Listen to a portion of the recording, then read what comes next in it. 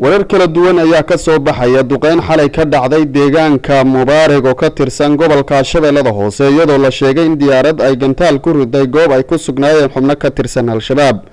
dadka deegaanka Mubaarag ayaa warbaahinta maxalliga u sheegay inay maqleen jug culus oo duqeyn ay fulisay diyaarad waxaana lala beegsaday gaari Soomaalidu u taqaano caasiga oo lagu soo raray qudaar. wararka qaar ayaa sheegay in gaariga lagu soo qariyay waxyaabaha qarxa waxaana la sheegay in bartilmaameedka duqeyntu uu ahaa gaariga. lama oga khasaaraha ka dhashay duqeynta lama oga diyaaradda duqeynta fulisay hase ahaatee waxaa la isan yahay in ay ahayd diyaaradaha aan duuliyaha lahayn ee laga leeyahay dalka Mareykanka.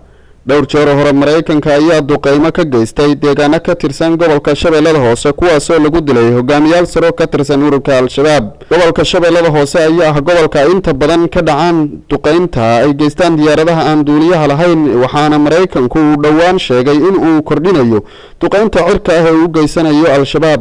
Rashid Xasan Cabde, Hoon Cable TV, Muqdisho.